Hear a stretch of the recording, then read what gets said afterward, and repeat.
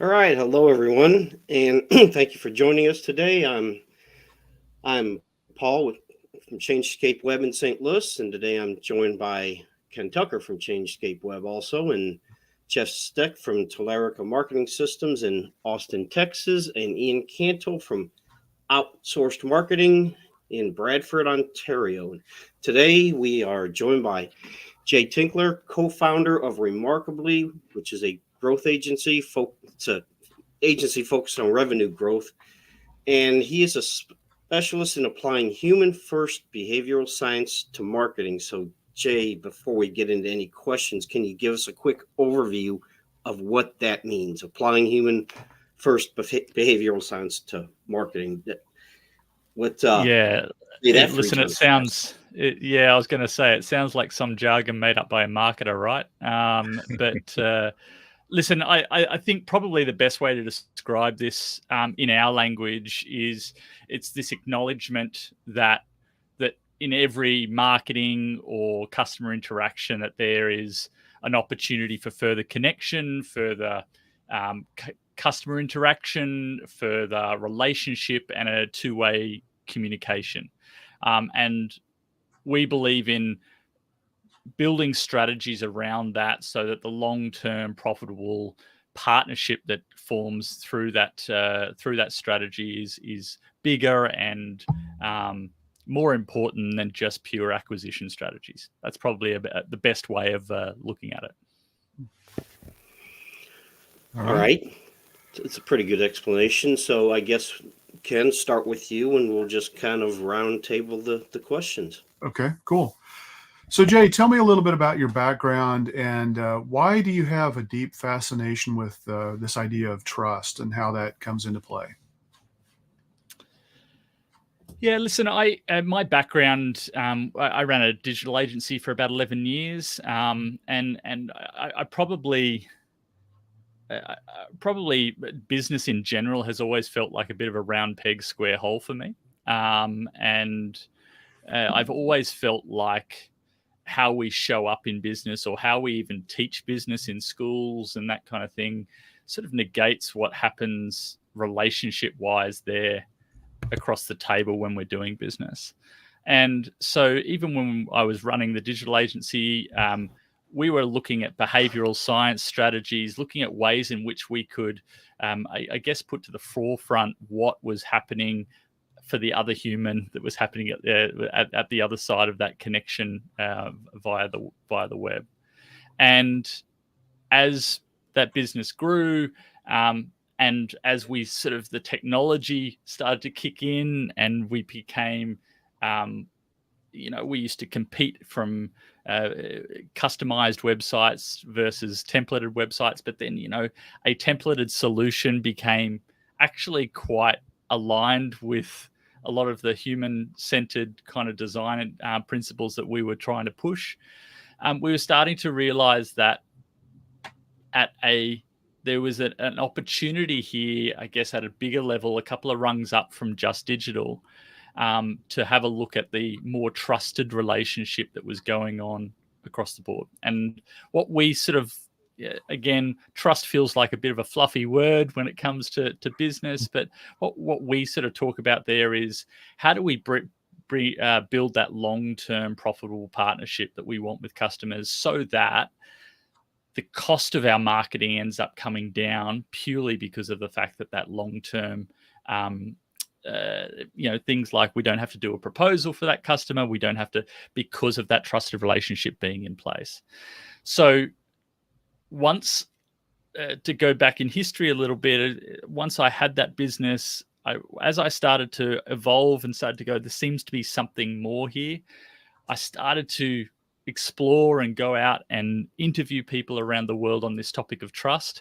And there was this big collision for me around, I guess, the psychology and the behavioral science of what trust really looks like and what was actually happening in business as in the interactions that were becoming normal or the norm in how we do business generally. Did you see any changes over the last 4 years, with COVID forcing people to be physically separated for periods of time. And obviously that starts to put stress on any type of a relationship you might have. I mean, I'd be curious to hear what your thoughts were about that. And are they still happening today? Yeah, listen, the interesting thing is that through our lens, what we have been seeing is, as a team, as an organization, as a small business team, if you start to approach a human-centered approach, you realize that your front line and your culture within your organization is super important to the relationship that you then have with your customer. And as you say, with the work from home and COVID, what we are missing from our culture, and there's a few studies around this as well, is the water cooler conversations. It's the passing in the hallway conversations that don't allow us to have those while I've got you kind of conversations that we would usually have in when we're in a business setting or in a location. And so what that has as a filtering down perspective from a customer interaction perspective is the fact that the transmission of knowledge, not only down the chain to customer, but up the chain to CEO, is getting interrupted through, I guess, more intentional communication, organizing a Zoom call, organizing a phone call, whatnot, rather than I guess more dynamic communication that's happening in business. Okay. And my follow-up on that, Jay, is do you see over time the effort required, if you will, to establish trust? How trust is established and maintained changing? I think my perspective is it's one of those things that you don't realize it's happening when you're in it, but over time it certainly appears to have shifted. Do you have any insights or any thoughts on that? And are we too close being in? How do we recognize? It's definitely shifted, and it depends on what lens you look through. Especially in the fact that if you go really broad and globally, you have, I guess, you go back to the 50s and you had you'd let your kids go and get out into the wilderness, and you'd have sort of high trust. The butcher was also your babysitter, and all of that kind of stuff, right? And then we started to get digital, and the digital age brought about a more sort of one-to-many kind of approach to communication. And as the, I guess, adoption of that took place, what we're seeing now is a circle back to people going, actually, I need a human. I want a human to talk to. So what brands are starting to look to is, we're going to put a name on that person that you can pick up the phone and call, and even if that's we've got an insurance company here in Australia called Amy, and it's AAMI, but they advertise with a girl that looks like she's Amy, and you can call Amy at any time and she'll look after you from an insurance perspective. So we're seeing that kind of circling back to that human approach. You see brands having a Twitter account, you see all of these kind of things happening at a global level. At a micro level, though, if you drop down into small business, not a lot has changed as far as what we want. What we're trying to go for is, the only thing that you can, I guess, really predict is that all humans are irrational in how they think, right? and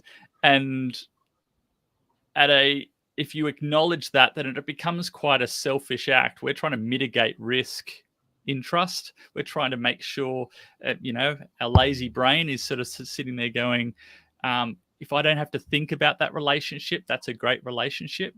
And so if we can play to that intentional kind of communication and understanding that we're going to take the friction away from this relationship, then whether you're back in the 50s or here now in 2024, a lot of those pure human elements are still ringing true.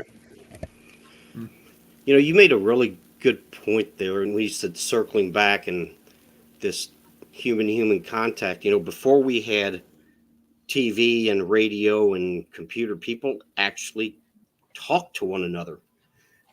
And you don't see that as much anymore. So I think that was a really good point. Yeah, and listen, there's a real thirst for it, right? Like, and I'm sure we'll touch on it later, but we've started up a private business network here in Australia, and there's a massive loneliness, especially at a founder level, that is playing out that we didn't see when we started it. We were like, wow, that's a really interesting thing that keeps coming up, is that we actually need those people around us. And we've, I guess, decayed some of the social needs that we need just at a human level, but also at a business level.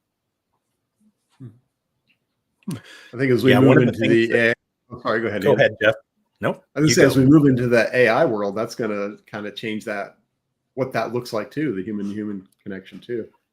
Yeah, and we're finding that a super interesting place to play, and even in its sort of micro application that we've got at the moment, really, as far as in comparison to where it could go, how we retain some of that.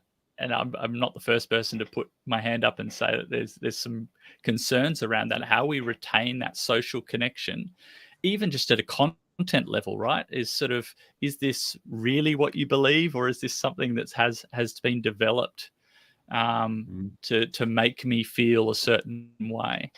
There are some concerns around how that connection will erode further. Jay, I love it how you're talking about relationship, right? A lot of clients come to us and they have a big lofty goal of what they want to achieve with their marketing, and they've set aside some budget for that, which is fantastic. But sometimes they get so fixated on the goal of, hey, I want to acquire new customers, I want to acquire new patients, if they're a dental practice or something. But they forget that it's people they're trying to attract, right? And they get lost in the metrics sometimes. What do many businesses miss about creating lasting, trusted relationships with their clients? And how do you see that growing? Is there a trend? I love this question because of the fact that I always preface going, I could talk for hours on this topic, and I'm going to try and keep this brief. One of the big moments in my career around this topic that I discovered was, I mentioned earlier, I felt square peg round hole to how business is generally done. At a very simple level, if you break trust down into two components, you have one, your competence, your ability to show up, be on time, do the thing you say you're going to do all of those pieces. And the second piece is your ability to successfully communicate to another human being that you care about them. And this is what they call warmth of intention, your ability to communicate your warmth of intention. Now, the cool part about this is we need both. Right? You can be as competent as you can be the best used car salesman on the block. If I don't feel like you care about me, I still probably won't buy. Now, the interesting thing is we will forgive a lack of competence if we believe that you care about me. So we all have friends that we know are always late. And that their competence is not always, but we know that if things got really hairy, they would be there for us. So we forgive lack of competence if we know warmth of intention. The other way around, though, if we're even, no matter how competent they are, if I don't feel like you care about me, there's always something missing. And so when we talk about what's missing from strategy and building successful, long-term, profitable partnerships, is too many businesses start with their competence and lead with their competence. And what we need at a human level is to start with, show me you care. Show me that you're listening. lean into the warmth of intention first, and assume and have confidence around your competence.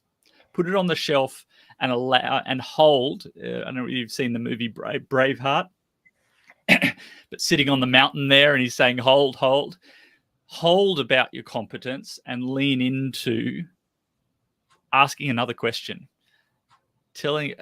connecting." Finding those shared value moments where you sort of go, oh, your kids go to that school, like my kids go to that school too, or whatever it may be, that allows you guys to connect at a deeper level before you start, and allow them to ask for your competence. That's probably the biggest piece, is that balance between this warmth of intention piece, that without, you're going to struggle for that long-term profitable partnership, versus leading with competence. So people don't care how much you know until they know how much you care. Absolutely. Absolutely. So, Jeff, I think you had a question that we missed. Yeah, I kind of jumped in with kind of expanding on one of the earlier ones. Oh, that's So okay. we're just kind of flowing along here. Before you get started, Jeff, can I just say something? Yeah, absolutely. So I don't know if in Australia, if you're familiar with comedy Seinfeld. Absolutely. We know Seinfeld here. Yeah. So when you were talking about that, I immediately was thinking, but there's the soup Nazi who clearly did not care about people who were eating, but his soup was so fantastic. So I think really, while that does happen, it takes extraordinary quality, and it's so much harder to achieve that than, having that personal relationship that you have.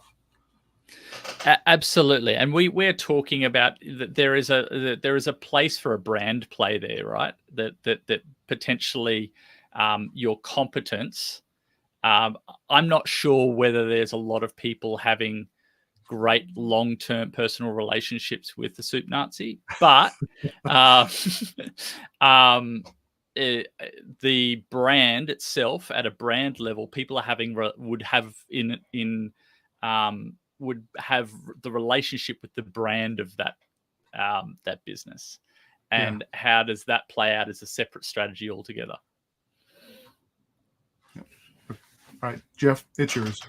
Yeah, I'll jump back to that one. Jay, you may want to hold this to the end, just however the flow works best for you. I'm always interested in origin stories, and my question is if there's one or two moments in your career that you consider really pivotal to getting where you are today and your success today. Yeah, so two. I think probably the first one, and I think in retrospect, to be honest with you, Jeff, I think that was looking back on this rather than in the moment, as some of those kind of things are. I had a sales career. My sort of early sort of cutting my teeth was a sales career, and it was in telco. It was in business telco, and I remember a particular client in business telco where it was when 3G was first sort of starting to take hold, and people were trying it out, but the network was rubbish and no one was getting good reception, et cetera, et cetera. I'm sure that's a common theme no matter where you live. And I had this one client, and they had a fleet of mobile phones and were just literally not getting service at their business address. And I was calling them every day, mainly through anxiety, to be honest with you, and just I'd love to say it was just beautiful customer care, but it was just driven by anxiety, and calling and just saying, any luck, how are we going, trying to get them to a place where they could, and dealing with the telco, trying to get them out of a contract, all of that kind of stuff.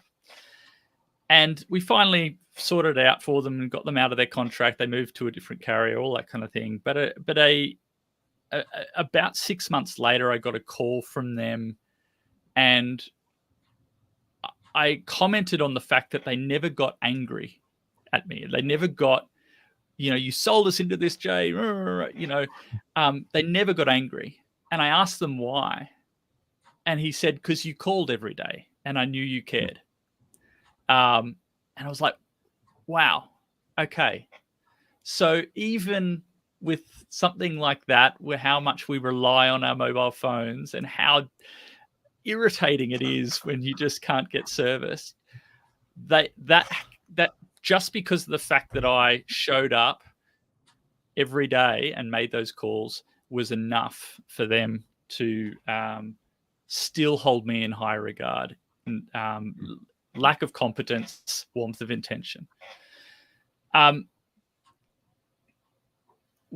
The one other moment that it all sort of came together for me, I read a book called, it was two books. It was The Human Brand. Susan Fisk and Chris Malone wrote a book called The Human Brand. And it was the first time that I'd seen somebody else talk about how I felt about business, which was this interaction between there is a strategy that doesn't have to feel fluffy, that this is a profitable strategy to being more human in business.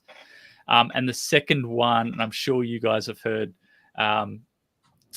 Joseph Pine and the Experience Economy was another transformational book for me around actually understanding the true transformation that you're taking your customer on versus just the service that you're being delivered. So they're probably a couple of books and an experience that sort of really, I guess, set the path and for the focus that I and my business partner are now working on. Yeah, and if you look, you see it all the time. There is this trend where people want to deal with local businesses when they can. But you have a podcast as well, and the premise, or if you will, it asks a question: what does it take to create a business that people feel compelled to talk about? And what has stood out to you as some of the common themes on your podcast? Yeah, listen, we started this podcast really as an R&D. So we were an opportunity to speak with sort of world-class thinkers on this topic of how you build a remarkable business. And we thought when we went into it, there would be things like standard word of mouth and, the experience, how you build great experience, probably the things that came, and that they were obviously high on the list for a lot of people. The themes that came out, though, that we didn't expect, your customers need the tools to talk about you was one. So how to give your customers not only a great experience and those kind of things, but then give them the tools to be able to easily share your business. We always talk about, especially in service-based businesses, is that the do yourself a favor conversation is sort of being able to, how can you give them the end to that sentence so that they can go out to their clients and say, do yourself a favor, go and speak to Jeff and just do this. It might be a little gateway product or whatnot, but how do you actually create the tools in which people can talk about you? I talked about the transformation, being really super clear on our customers come to us looking and feeling like this. We give them this so that as a result, they can look and feel like this. And what is not enough businesses talk about that last row, which is, what do I want my customers to look and feel like through their interaction with me? What does their business now look like because of having an interaction with our business? And the last one, I think, is once you build a business that people feel compelled to talk about, the natural progression, this was sort of again a seed into this other business that we're working on, is you create an opportunity. They start wanting to hang around that. They start to identify with that brand. And if you're not spending time creating the container for community around your brand, you're leaving money on the table. So they're probably some of the themes that have sort of come up, Paul, as we've gone through. Interesting. So, one of the things that I see, I'm a StoryBrand certified guide, and so we always look at, are you talking about the problems that you solve for your customers? Because most businesses, as you said, they talk about, and I'm guilty of this. I think everybody kind of falls into this trap, but it's like, I do this, I do this, I do this, I do this, and that turns people off. I mean, what they really want to know at the end of the day is, am I talking to somebody who cares about me, that has a plan to get me the success that I want? So having said that, and it sounds like that kind of aligns pretty much with, a lot of the things you're saying, how do you create that remarkable experience for your customers? And I think the first thing is, to me, you got to understand their problem. Absolutely. And I'd go so far as to say that the problem needs to be explored, because of the fact that the perceived problem, there's something that's sitting behind that problem. Yeah, in StoryBrand, we talk about external, internal, and philosophical. So external is, I've got a toothache. Internal, I'm looking for a dentist who gets that I am incredibly anxious when I go to the dentist, or it hurts every time I go, so I want pain-free dentistry. But that's not usually what they start searching for. Absolutely. And if you were to take then experience economy and layer that on, it would be, if you came through our dentist and came to the other side of that, what would be that transformation? Would it be that you have confidence now in dentistry and that you are pain-free? What's the end result? And let's reverse engineer that. But I think all of that, StoryBrand and experience economy, all of that bundles into that same thing, is just getting super clear on that end result before you start throwing solution, right? I think your question was about what are the strategies to be able to create, I guess, remarkable experience for customers. Right. Yeah. I think the first thing to say is that you can build strategy around this. When we talk about being remarkable and having remarkable experiences, people feel like doing something surprising that's kind of ad hoc, and, that I'm going to do this and the customer didn't expect it. Now, that's great, but it can be surprising for your customer without it being surprising to you as the business owner. So being able to create noteworthy and things that people share, and being able to be having a remarkable experience, can have strategy. Can I just, how are we going for time? Can I throw a quick story in here, Ken? Just an sure. Yeah, sure. So I always get ridiculed for what word I choose here. I'm going to say veranda. I got my veranda redone about a year ago, 2 years ago now. And I went to the local paper just to find someone to do this. We live in a slightly remote area, and found someone to come out and look at our deck, our veranda, sorry. And they looked at it. Yeah, I can do the job. Great, awesome. They did the job, came out, showed us. It was like, great. It looks exactly how we expected it to look, oiled, etc. We paid him. It was a normal, great experience. I probably wouldn't say it was noteworthy or remarkable. About 3 months later, this guy showed up on our doorstep, and he knocked on the door and he said, "Hey, I've got it here. Hey, Jay, I've been thinking about your deck, your veranda, and I feel like with all the rain that we've been having, it's probably going to need a bit of an oil.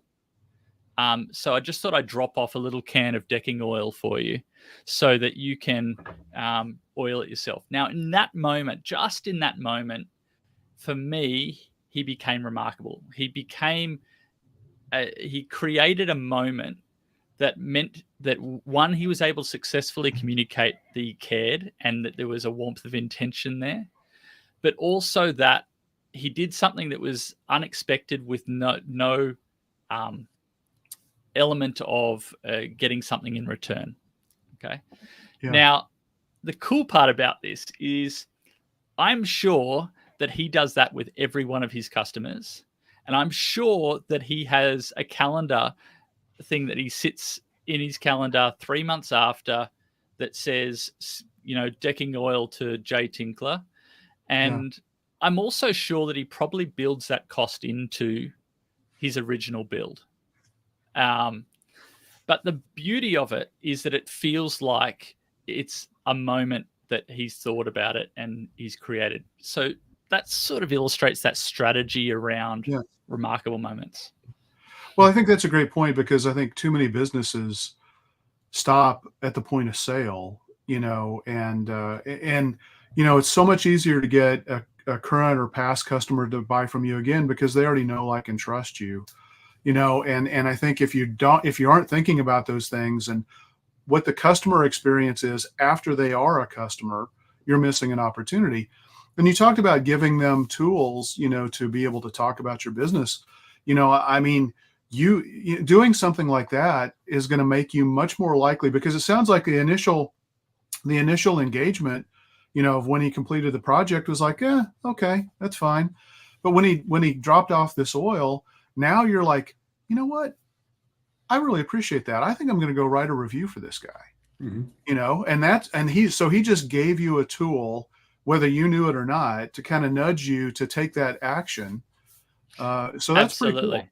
Yeah, absolutely. And I love, I think we speak from the same vocab there, Ken, using the word nudge, but absolutely. I think that there's all of these little micro pieces that he just through that simple act was able to create. So I'll add a bit of a framework in here that might be useful. We look at remarkable moments having 4 main elements, and it spells out the word pure, P-U-R-E. The first one is personalized.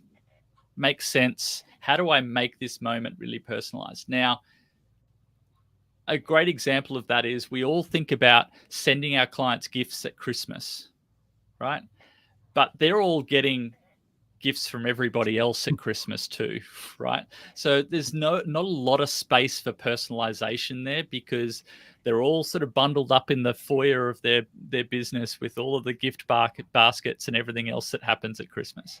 What if you sent them a gift at 3.5 months after they engaged with you, just to thank them for trusting in what you had? Same thing happens. It's the same thing in the calendar, but they get a gift that was unexpected, personalized. Unexpected is the second one. How do we create the moment when it truly wasn't expected? That we all, as I say, we all get gifts at Christmas. Well, the third one, which is often overlooked, is relevant. If we're sending a card or we're sending a message to a client, let's slow down on putting the brand all over it, and focus on what's relevant to them. I recently I got a gift that was unexpected. It was personalized, but it wasn't all that relevant to me. It wasn't a lot of thought about me as to whether that gift or that moment would be important to me. And the last one is emotional. It creates or evokes some sort of emotion. It's not boo-hoo kind of emotion. It's kind of ideally, it's more around that, wow, I didn't. How are you generating that moment? And if you can't say that it has all 4 of those, it probably isn't going to really land how you want it to as a remarkable moment. Interesting. Yeah, that's a really good point. I think follow through is the most overlooked thing with a lot of small businesses.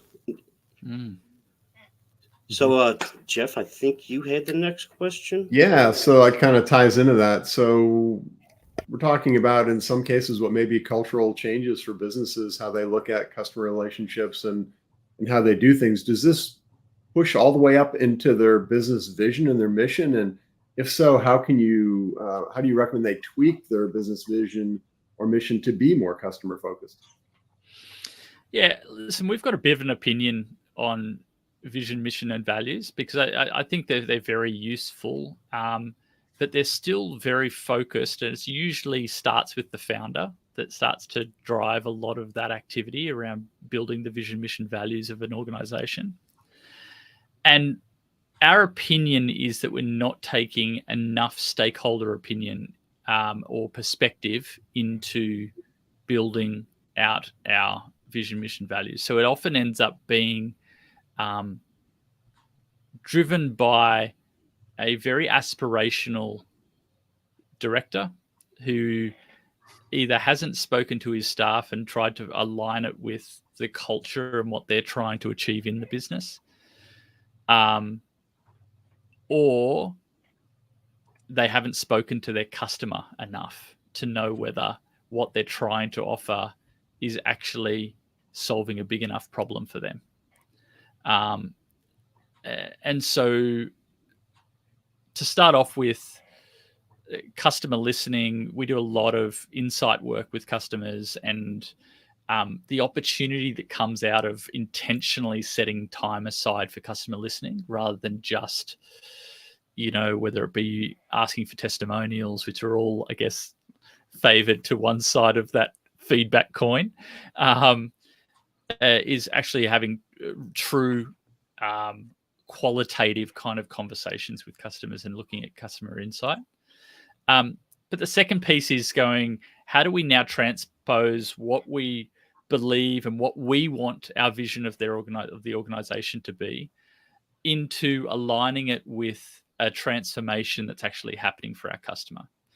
So we build things called an intention statement for a lot of organizations, which is taking that vision, mission, values, and also the competence of the organization. We do this for our for our customers, and adding a "so that" at the end of these statements, so that our customers can and enter the transformation experience that our actual customers are looking for. And that only comes from really deep listening at a customer level. So that's probably where we see the tweak between vision and purpose through to taking that important, don't get me wrong, it's the perspective often and of the main stakeholder, which is the founder usually, or the board, and then bringing staff stakeholder insight and also customer insight into the mix to making a well-rounded intention statement.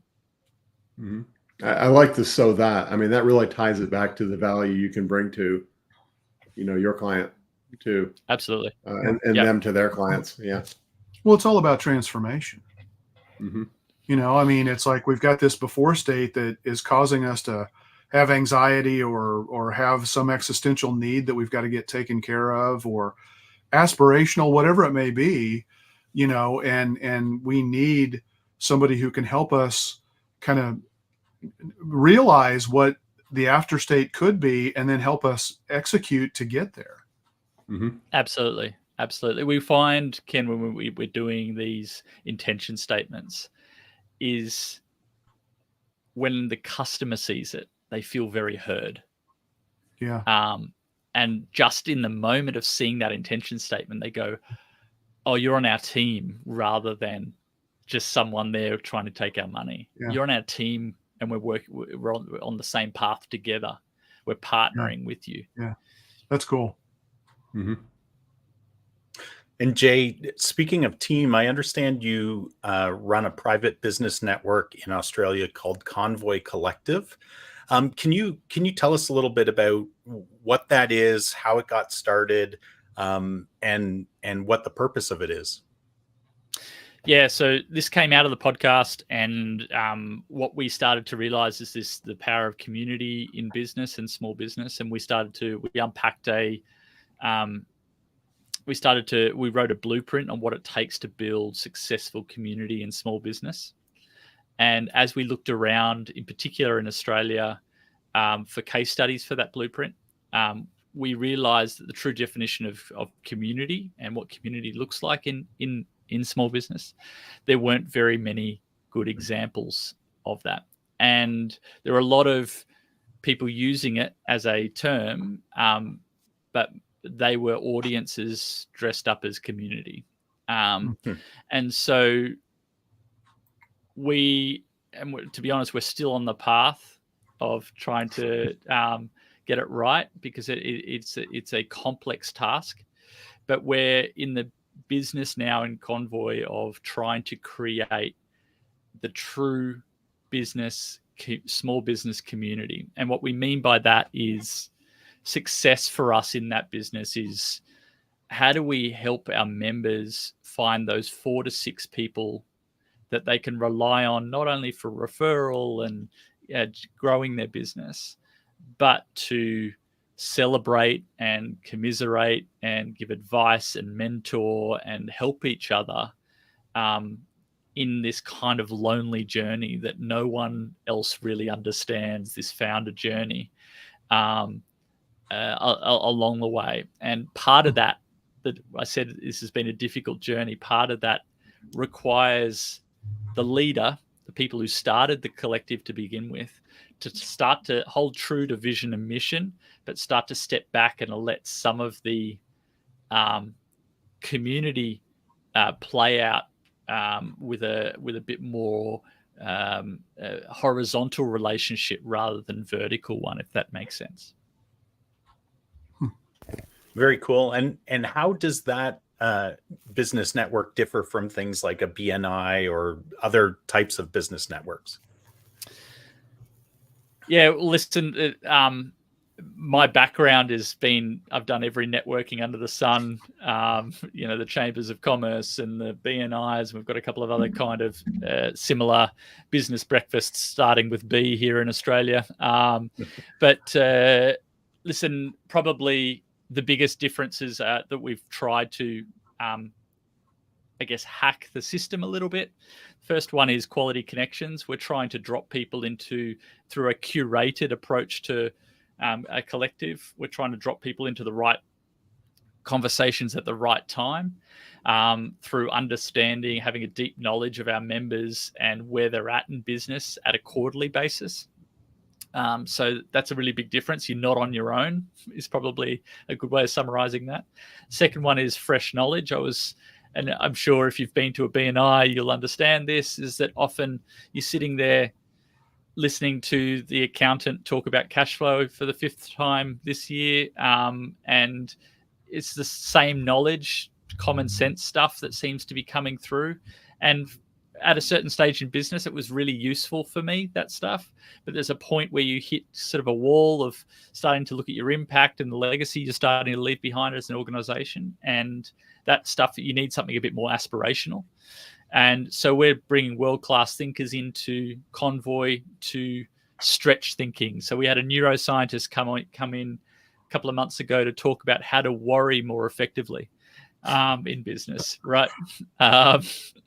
And so these kind of things that are things that you didn't know. So that's probably a good way of putting it. And the last one is sort of just these unique opportunities we're trying to create where competitors can collaborate, and we're setting up culture that I have never seen in networking before, whereby individuals and organizations are understanding that they can step in with a level of vulnerability and therefore get a lot more out of the long-term relationship rather than short transactional business card cannons. So, Awesome. Jay, following up on Ian's question a little bit, in the process of running this community, what, if you can prioritize, and maybe you can't, what has it taught you about some of the most essential things needed to have a successful community? Yeah, listen, there's a couple of things that from a community. So I think I mentioned the need for a leader in that community to be able to step back, and that the container ideally that the community would run if the container and the individuals running it changed, and that the importance of those horizontal relationships between members is more important than showing up to whatever the said kind of environment that the community puts on. That's probably one of the big things that we've sort of learned along the way as far as community is concerned. As we've written out sort of the blueprint around what community looks like, there are stages and milestones for any community member that are super important around their level of investment and leaning in to being an active participant in a community. And that's where we sort of see some of the differences with people who say that they're a community, but it's really an audience, that they are being told how to respond to certain things, whereas an invested community is where the members are driving the change and driving the different aspects of that community. And I guess probably what happens in community is that to think that the overall overarching community or bigger group is all going to get along and it's going to be rosy is a little bit naive. Is that these micro communities start to form within a larger community that need to be nurtured as much as the overall large communities. So those, I talked about those 4 to 6 people. They are, I guess, the heart of what creates a larger community, because they become sticking points for every member within that community. And probably the last thing is at a core level, what we're dealing with here is a very basic human need of driving social. So how do we meet that social need by acknowledging that every human wants to feel seen and heard, and that speaks to that warmth of intention piece. And also it speaks to that competence piece of understanding what they do, how they can help, and giving them the vehicle and opportunity to be able to assist in doing that. So how do you overcome differences from introverts versus extroverts, or people who have completely different thinking and learning styles, as they're involved in this? Because, what you just described about the warmth, what did you say, the warmth of intention? Is that? Yep. Yeah. That may not really resonate a whole lot with somebody who's pretty introverted. Potentially. So how do you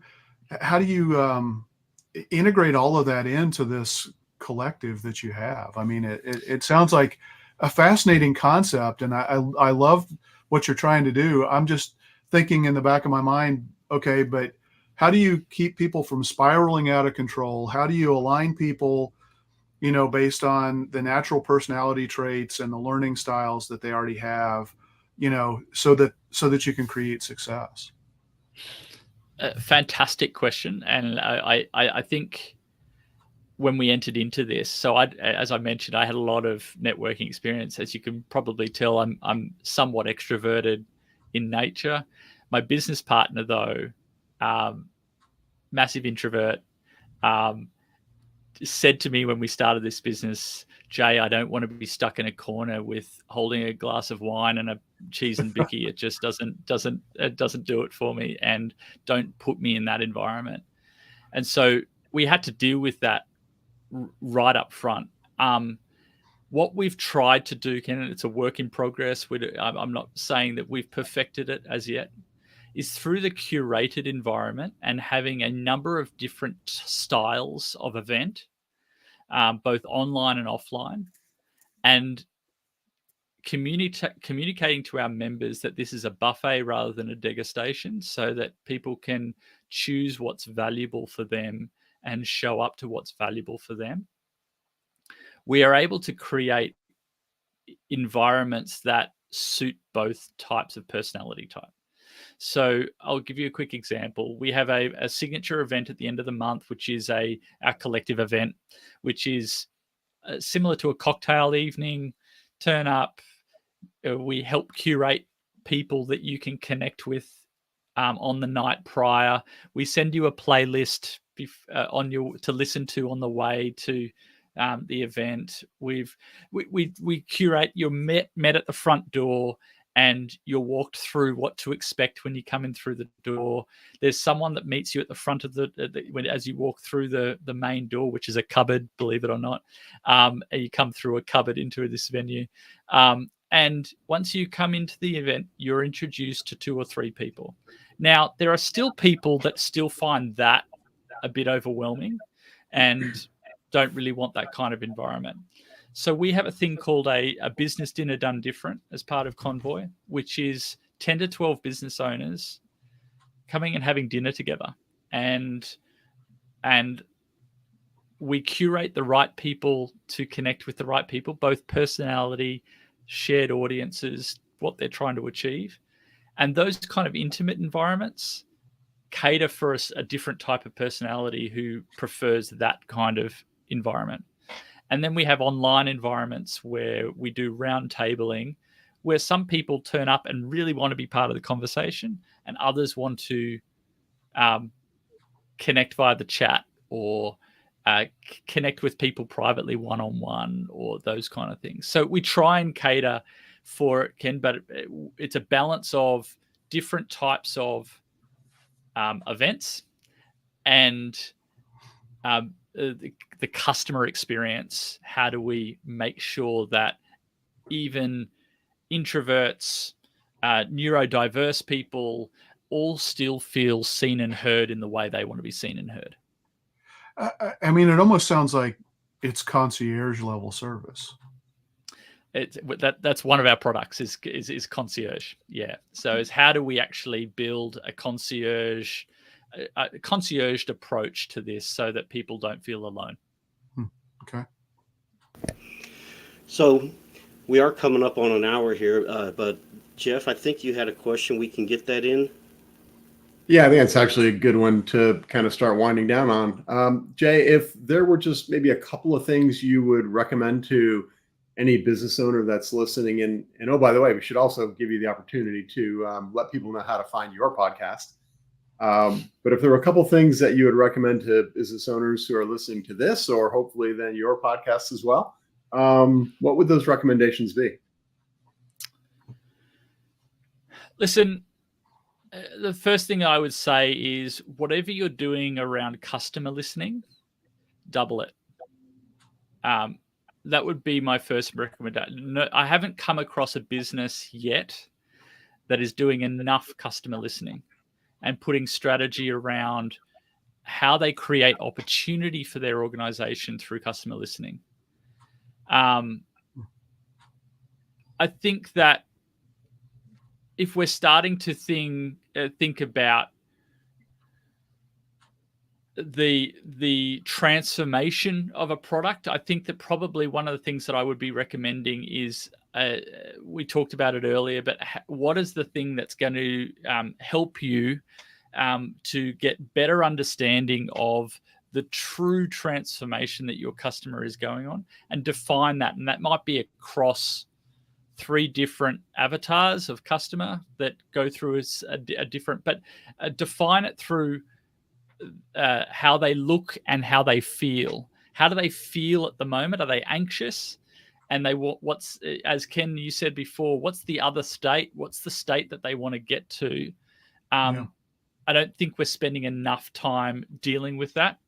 And the last thing, I'm going to be a little bit controversial here, potentially, but the common theme that we feel gets in the way of good business growth is often the founder. And we find that time and time again, it is, I'll balance the vision, potentially the ego of a founder getting in the way of an amazing team and amazing product because of either old thinking wanting to be part of everything. There's a number of aspects. So if you're a founder out there and you're listening, I'd be asking the question, am I getting in the way at the moment? That would be probably a couple of things that I'd probably recommend coming out of this conversation. Well, I think that's only controversial to the person getting in the way of business growth. True. It's If this seems controversial, then Yeah. maybe not controversial, but maybe uncomfortable for some people to ask that question potentially. So, Jay, how can people find out more about you, your podcast, what you do, all that stuff? Listen, probably the best place to go to is Remarkably, remarkably.com.au. That's got the podcast there. It's got all the things that we do, customer insight work versus marketing strategy, that kind of thing. And connect with me on LinkedIn. I'm always open to having fresh conversations on LinkedIn. So reach out. All right. So, yeah, we're right at an hour here. This is probably a good place to wrap up. Ian, you want to take us out? Absolutely. Thanks so much for joining us today, Jay, and for sharing your insights into this important topic. And thank you to Jeff, Paul, and Ken for being our guides. And thank you to our listeners and viewers today. It's awesome to have you. If you have any ideas of burning questions that you want answered, reach out to us. We'd love to cover those for you. Check out Jay's website that he talked about. And until next week, keep calm and mark it on, folks. Thanks, Jay. Thanks, everyone.